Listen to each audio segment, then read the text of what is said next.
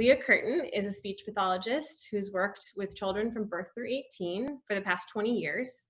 She's helped kids in the school setting, home health, and in her own private practice. She develops resources and handouts for parent education and now works full-time at her business, Speech and Language at Home.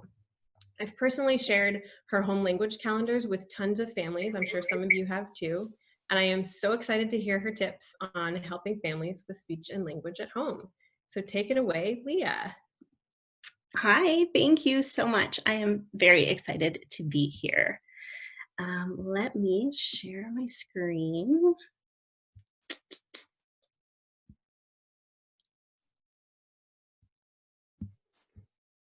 Hold on. Oh no. I am not seeing, hang on just a second. Of course, the tech problems with the... That's okay. Take a second and we'll put another poll up while you're figuring it out. Okay, sounds good. This one's really important too.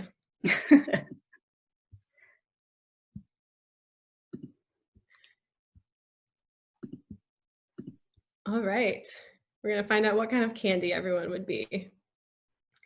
I know Ken's gonna vote for dark chocolate back there. And actually, I think dark chocolate's our winner there. We've got some dark chocolate friends and no one likes marshmallows. Great. How's it going, Leah? Okay, I think there we go. All right, go for it. Yay. I've got the poll up on my screen now. Okay. So thank you for being patient with me. This is new to me. I'm sure many of you are feeling overwhelmed with the situation we are in right now.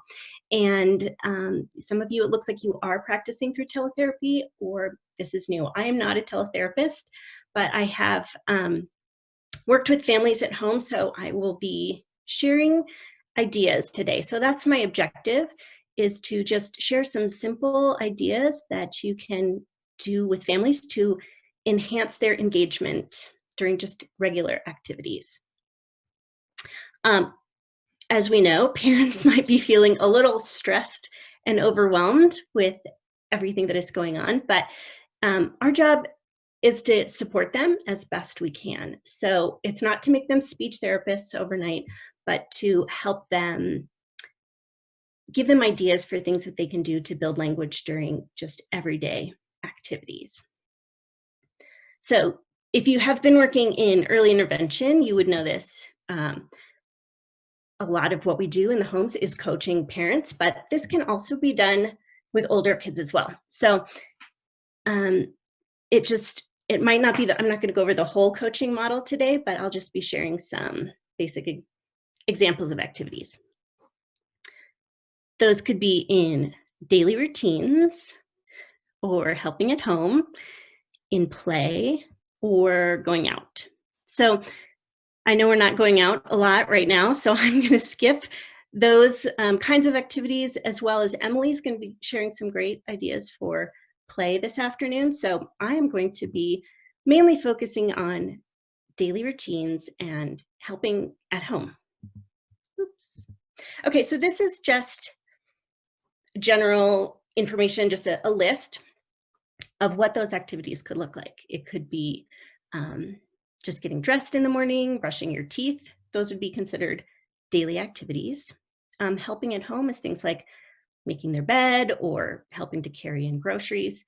So ideally, you could work with the family to develop your own list of activities that they're interested in working on at home.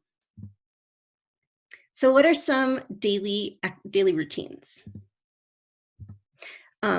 Another way to look at this is self-care. So that could be getting dressed in the morning, brushing their teeth, even something as simple as taking a bath, just drying off. After a bath, you can build language into those activities. So for example, just getting dressed in the morning. A really young kid, you might be working on matching socks, putting two that are the same together. With kids that are older, preschool kids, you could talk about how socks are alike, how they're different. You could give your child 3 socks and ask which one does not belong. You could do that with shoes or other objects in the house as well. We have all been doing a lot of hand washing lately, and that's basically just a sequencing activity, but you can bring in other language as well. As long as you can be talking to parents about being intentional. For example, when they're washing their hands, you can be going over body parts like fingers, thumb, pinky. Those are words that they might not hear every day, but that's a good opportunity to learn those words. You could also talk about opposites like on and off, hot and cold, wet and dry, or front and back. Lots of ideas there. So it's also a verbal routine. You can teach parents to use the same words every time that they're washing their hands. Meals are another great time to build in language. These are some examples of some basic concepts to work on. Even with something just like a few blueberries, you could teach kids vocabulary words like few or asking for more. Now, these are a lot. When you're talking to families, you want to make sure that you are having them focus on just one thing at a time. So this is not to overwhelm families, but from session to session, you can give them some ideas of something specific to focus on. Another daily routine that hopefully parents are having more time to do now is reading. And we can be very good facilitators to help parents, give them some more strategies when they're reading. They may be used to just reading the words on the page, but we can teach them some tips, give them tips or some real strategies like dialogic reading. I'm not sure if you guys are familiar, maybe some of you, but not all of you. Don't have time to go into that whole concept today, but you can Google it. There's lots of examples on YouTube. But basically, it's teaching parents how to ask questions when reading a book, to talk about the pictures, to expand on what their kids are reading, and how to bring in their background knowledge, their experiences, and tie that in together with the book that they're going over. And even something simple as getting dressed, these are activities that kids may need help with. When our lives are busier and we're rushed during the day, we may just be doing things for our kids because it's just easier. But now that we have a little more time on our hands, it's a good opportunity to teach your kids to be a little more independent. And you can think of those as language building activities, and how your kids how do they ask for help? Can you teach them the steps to things like tying shoes, more of those, whatever the family needs to work on. So that brings me into, I'm sorry, this is going fast, helping out at home. And what I mean by that is basically chores, but it's not really about getting kids to do work around the home, but looking at things that they can do to help out, like make the bed or take care of a pet. This is just something that I created. You can have parents make their own kind of either chore chart or something they color in that kids can feel accomplished. A great way to build language is in the kitchen. You can teach families to work on things like following directions. So if you're in a school and you might have a following direction goal, you don't have to share with parents that you are working on 2-step directions with 80% accuracy. That might be too overwhelming for a parent, but you could just work on teaching them to follow directions. It's also great for working on verbs like peel and stir and pour. So you just have to help the parents be more intentional in these activities. And they don't have to take a long time. Something as simple as emptying the dishwasher. You could pull a few spoons out and have the kids line them up from shortest to longest. You could also talk about the materials that they're made out of. They're all spoons, but one's metal, one's plastic, one's wood. Helping parents learn some things that they can do every day, like describing. That's something that you can teach it to them and practice with one object, like a spoon, but then they can go around the house and practice describing something different every day. So this is just another one sheet that kind of walks through what parents would maybe do to describe what it is, what group it's in, all the things as we speech pathologists know. But if you have materials that you're used to working on with kids, you can share those with families as well. Another good thing about working on helping at home is it's teaching kids some self-help daily living skills and helping them to be more independent.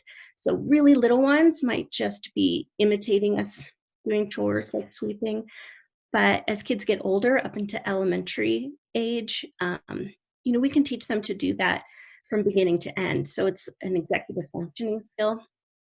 They can complete a task and learn to take initiative and problem solve just by doing something as simple as sweeping. And if parents are completely overwhelmed by all of these ideas, you can also just remind them that talking to their kids is helping to build their vocabulary. So just by talking about what they're doing during the day will help their children's language and impact their reading down the line. So here's I'm going to go through few more examples till I run out of time. And if you've been working in a school, you may be used to working with flashcards. But if parents are at home, this is a great opportunity to build those real life experiences. Something like baking cookies is really helping to build their background knowledge. Like I mentioned before, chores are great for executive functioning skills. If you want your teenager to be independent, starting by just folding laundry when they're young is really, where they learn those skills to be organized and on planning. And now's a good time to practice that. You can encourage families to just pull out a photo album. That's great for retelling, asking WH questions. Many families have also been more on Zoom or Skype. So this would be something that they could do to practice conversational skills. Can they maintain a topic? Can they share information about what they've done that day?